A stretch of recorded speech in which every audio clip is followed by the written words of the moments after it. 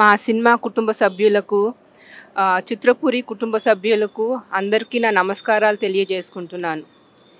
ఇవాళ మన విశ్వవిఖ్యాత నట సార్వభౌమ శ్రీ నందమూరి తారక రామారావు గారి 29వ వర్ధంతి సందర్భంగా ఆయనకి నివాళి అర్పిస్తానికి మనందరం ఇక్కడ ఏకమయ్యాము.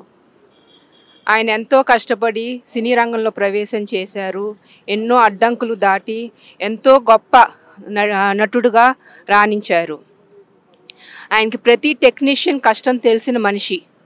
అట్లానే 20 క్రాఫ్ట్స్ పైన ఆయనకి చాలా నాలెడ్జ్ ఉంది, ఎంతో పట్టు ఉంది. 1961లో ఆయన తీసిన సీతారామ కళ్యాణం, 1962లో గులే బకావలి కథ, 1966లో ఆయన శ్రీకృష్ణ పాండవ్యంకి డైరెక్షన్ వహించారు. ఆయన క్యాప్టెన్ ఆఫ్ ది 24 క్రాఫ్ట్స్గా ప్రూవ్ చేసుకున్నారు.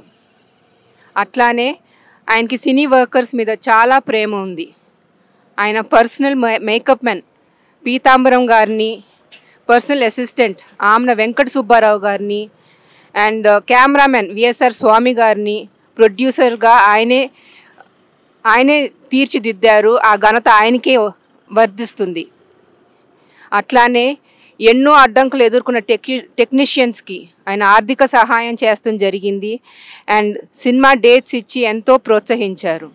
ఇవాళ మరి మా తాతగారు నందమూరి తారక రామారావు గారికి అండ్ ఇక్కడ సినీ వర్కర్స్కి ఉన్న అనుబంధానికి గుర్తుగా ఇవాళ మన అందరం ఇక్కడ కలిసి ఆయనకి నివాళి అర్పిస్తున్న అదృష్టంగా భావిస్తున్నాను. ఇవాళ మళ్ళీ ఇక్కడ కమిటీ మెంబర్స్కి మరియు చిత్రపురి కాలనీ సభ్యులందరికీ నా ధన్యవాదాలు తెలియజేసుకుంటున్నాను. జై ఎన్టీఆర్. పెద్ద ఆయన శివైక్యం అయ్యి 29 సంవత్సరాలైనా ఆయన ఆత్మ మటుకు మన చుట్టూ పరిభ్రమిస్తూనే ఉంటుంది. ఆ మహామనిషి ఎక్కడున్నా మన తెలుగు జాతి గౌరవాన్ని, మన తెలుగు జాతి ఉనికిని నలుమూలలా చాటిన మహామనిషి. అటువంటి మహామనిషికి ఘన నివాళి అర్పించుటకు ఇక్కడ వచ్చినందుకు నా అదృష్టంగా భావిస్తున్నాను. అలాగే ఈ అవకాశం కల్పించిన చిత్రపురి కార్యవర్గ సభ్యులకు నా కృతజ్ఞతలు తెలుపుకుంటున్నాను. జోహార్ ఎన్టీఆర్, జై హింద్. నటరత్న శ్రీ స్వర్గీయ నందమూరి తారక రామారావు గారి వర్ధంతి సందర్భంగా ఈరోజు చిత్రపూరి కాలనీలో ఉన్న మన ఎన్టీఆర్ విగ్రహం దగ్గర నివాళులు అర్పించడానికి వారి కుటుంబ సభ్యులు వాళ్ళందరూ కూడా విచ్చేసి ఉన్నారు. ఎందుకంటే మన చిత్ర పరిశ్రమ అంటే ఇప్పుడే మేడం చెప్పారు, ఎంత ఇష్టమో సార్కి ఆ యొక్క రుణం తీర్చుకోవడానికి మేము ప్రసన్న గారిని అడిగిన వెంటనే మాకు ఇక్కడ ఎన్టీఆర్ విగ్రహం పెట్టుకుంటామన్నా అంటే ఆ రోజు ఎన్ని అడ్డంకులు వచ్చినా సరే పెట్టుకోండి అని చెప్పేసి పర్మిషన్లు ఇప్పించి, ఎందుకంటే ఎన్టీఆర్ గారిని ఇప్పుడు కూడా ఈ వారధిలో చిత్రపూర్ అంటే 4500 కుటుంబాలు నివసించే ఒక స్థలం, దాంట్లో ఎన్టీఆర్ గారిని ఘనంగా సత్కరించుకోవాలి, ఘనంగా నివాళులు అర్పించుకోవాలనే ఉద్దేశంతో మేము ఎన్టీఆర్ విగ్రహం ఏర్పాటు చేసుకోవడం జరిగింది. ఎప్పుడైనా సరే కుటుంబ సభ్యులు ఎప్పుడైనా ఎన్టీఆర్ గారి కార్యక్రమంలో అంటే చాలు సారు చాలా ముందుంటారు. మాకు ముందుండి ఏ కార్యక్రమం ఉన్నా, ఈ చిత్రపూర్లో ఏ యొక్క అంశం ఉన్నా మేము ఎన్టీఆర్ గారి తరపున ఏం కార్యక్రమం చేసినా కుటుంబ సభ్యుల తరపున ముందస్తుగా ఉండి మాకు సపోర్ట్గా ఉంటారు. కాబట్టి ఏదైనా సరే ఆయన యొక్క విలువలని, ఆయన యొక్క సిద్ధాంతాలని మనందరికీ చాలామంది ఇక్కడ సీనియర్ మన ఆర్టిస్టులు కానీ సీనియర్ వర్కర్స్ కానీ ఉన్నారు. వారితో మేము కలిసి చేయకపోయినా మేము అప్పుడే పుట్టాం కాబట్టి మేము అప్పుడు ఏదున్నా సరే చాలామంది మా సినీ వర్కర్స్తో వారితో మమేకమై ఉన్నారు. కాబట్టి వారికి మన ఇండస్ట్రీ ఈరోజు ప్రపంచ ఖ్యాతి పోతుందంటే తెలుగు జాతి ఆ మహానుభావుడు వల్లే అని చెప్పేసి ప్రతి ఒక్కరు కూడా గర్వంగా చెప్పుకోవాలి. రాజకీయాలకు అతీతంగా మన ఎన్టీఆర్ గారిని మనందరం కూడా అభిమానించుకోవాలని చెప్పేసి నా యొక్క విన్నపం. జోహార్ ఎన్టీఆర్. అన్నగారు ఎన్ఐటి సంస్థను స్థాపించి త్రివిక్రమరావు ప్రొడ్యూసర్ వాళ్ళ బ్రదర్ని ప్రొడ్యూసర్గా పెట్టి అనేకమైనటువంటి అఖండమైనటువంటి సినిమాలు తీయటం జరిగింది. అందరూ కూడా పాత తరంలో ఉన్నటువంటి వాళ్ళందరూ కూడా మర్చిపోలేనటువంటి సినిమాలు వచ్చినవి. వారు పౌరాణికం ఏంటి, జానపదం ఏంటి, వేరే ఇతరము సోషల్ ఏంటి అన్నిట్లో కూడా యాక్ట్ చేసినటువంటిది మైమరిపించి ఆ మహానుభావుడు ఏంటి ఆయన్ని మర్చిపోలేము అనేటువంటిది. ఆయన పుట్టకే ఒక విధమైనటువంటిది అనేటువంటి చాలామంది చెప్తారు. అంటే దివ్యాంగ సంభూతుడు అనేటువంటిది అంటే లైక్ ఏ గాడ్. అలాంటి వ్యక్తి మళ్ళీ జన్మలో మరి పుట్టడం అనేటువంటిది అందరికీ తెలిసినట్టు విషయమే. జోహార్ ఎన్టీఆర్, జోహార్ ఎన్టీఆర్. ఎన్టీ రామారావు అంటే తెలుగువారు అంటే ఎన్టీ రామారావుకి చాలా ఇష్టం. ఆయన్ని ఒక టైంలో సుందర్లాల్ మెహతా గారు కృష్ణుడిగా హిందీలో నువ్వు క్యారెక్టర్ చెయ్యి, నేను ₹1,00,00,000 రెమ్యునరేషన్ ఇస్తాను అని అంటే, నా సేవలు నాయి నా తెలుగు వారికి, నేను ఆ ₹1,00,00,000 ఆ రోజుల్లో ₹1,00,00,000 రెమ్యునరేషన్ ఇస్తాను నా వద్దని కేవలం ₹10,000 రెమ్యునరేషన్ తీసుకునేవారు. అలాగే శాంతారాం గారు దుష్యంతుడిగా ఎన్టీ రామారావుని చేయమంటే, లేదు నా తెలుగు వారికే నాకు అని చెప్పి అన్నారు. ఇవాళ ప్యాన్ ఇండియా అంటున్నారు. ఆయన 6వ సినిమా పాతాళ భైరవి తెలుగు, తమిళ, హిందీ అది pan India cinema. Chandirani pan India cinema. అలాగే నయా ఆద్మీ ప్యాన్ ఇండియా సినిమా. అలా ప్యాన్ ఇండియా సినిమాలు ఉన్న బాలీవుడ్ని వద్దనుకుని హాలీవుడ్లో లార్డ్ కృష్ణ యాక్ట్ చేయమంటే లార్డ్ కృష్ణ కూడా నాకు హాలీవుడ్ కూడా వద్దనుకుని తిరస్కరించిన ఏకైక మహానటుడు దట్ ఈజ్ ఎన్టీఆర్.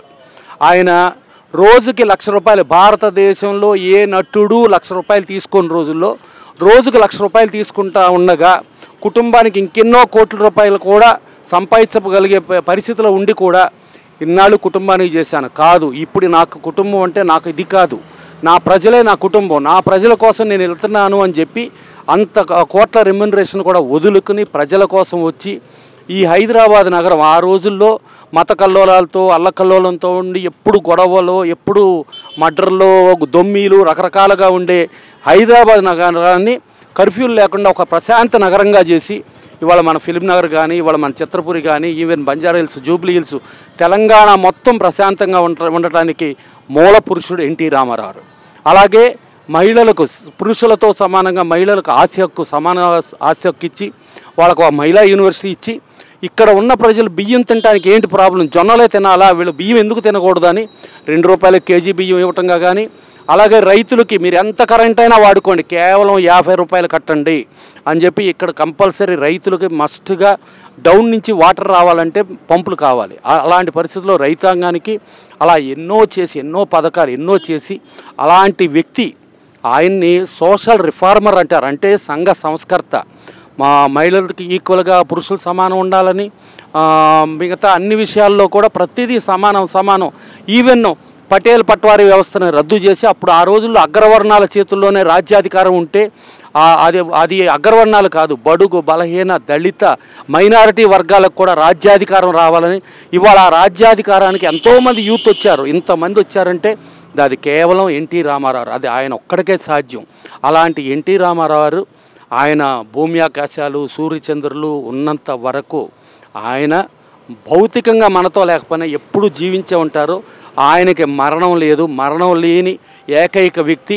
ఒక జన్మ పుట్టిందంటే ఆ జన్మకి ప్రతి జన్మకి చావు ఉంటుంది కంపల్సరీ, మరణం తథ్యం. కానీ చనిపోయిన తర్వాత కూడా అది కంటిన్యూ అంటే 29 సంవత్సరాలు అయినా కూడా ఇంకా బతికే ఉన్నా అంటే ఇంకెంతకాలం అయినా ఈ భూమి ఆకాశాలు సూర్యచంద్రులు ఉన్నంత వరకు బతికే ఉంటారంటే ఆయన చేసిన గొప్ప మహానుభావుడు గొప్ప పనులు. అటు ఆర్టిస్ట్గా చూసుకున్నా, ఇటు ముఖ్యమంత్రిగా చూసుకున్నా, ఇవాళ ఫెడరల్ స్పిరిట్, కేంద్ర ప్రభుత్వం ఒక పార్టీతో కాకుండా భిన్న పార్టీలతో రాజ్యాధికారం అనేది ఆయన స్టార్ట్ చేస్తే ఇవాళ మోడీ గారు అదే కంటిన్యూ అవుతుంది.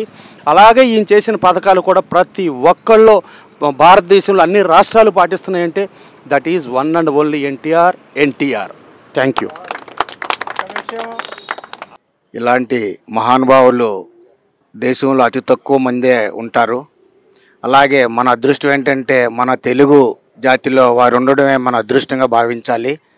సినిమా రంగంలో ఉన్నప్పుడు ఎంత మనకి మంచి పేరు తెచ్చారో అలాగే రాజకీయ రంగంలో కూడా వెళ్ళిన తర్వాత వారు తెలుగు భాష కానీ తెలుగు అనేది దేశానికే చాటి చెప్పిన ఏకైక మహానుభావుడు వారు ఒకరే.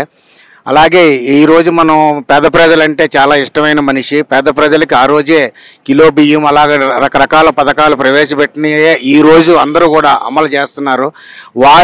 వారిని ఎప్పుడు కూడా మన వచ్చే రాబోయే తరం కూడా వారికి అందరికీ కూడా వారి గురించి చెప్పాలని చెప్పి ఈ సందర్భంగా నేను తెలియజేసుకుంటున్నానండి. Thank you.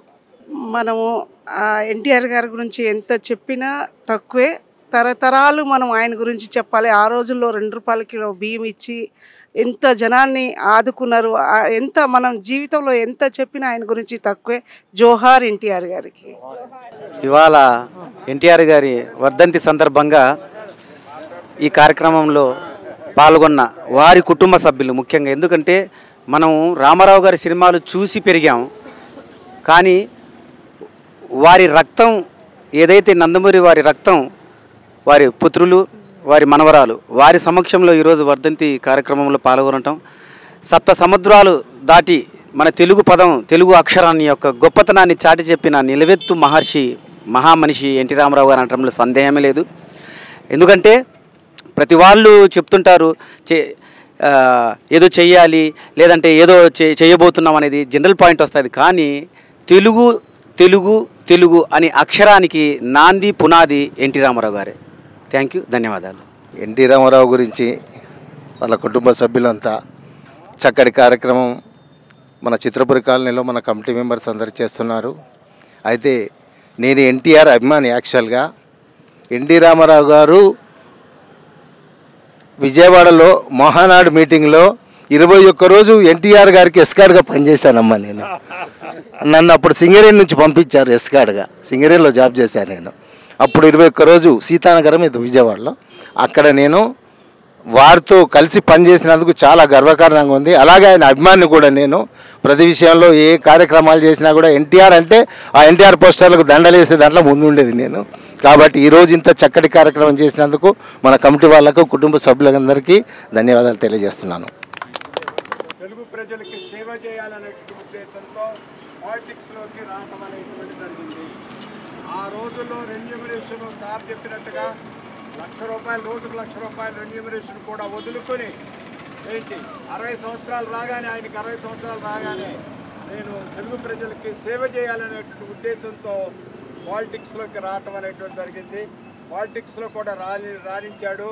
9 నెలల్లోనే కాంగ్రెస్ని చిత్తుగా ఓడించి తెలుగుదేశం పార్టీని స్థాపించి తెలుగుదేశం పార్టీ యొక్క జెండాని ఎగరేసి, తర్వాత పెద్ద మహానుభావులు, ఢిల్లీలో పెద్దలు ఉన్నటువంటి ఇందిరాగాంధీ లాంటి వాళ్ళని కూడా గజగజలాడించినటువంటి ఏకైక వీరుడు ఎన్టీఆర్.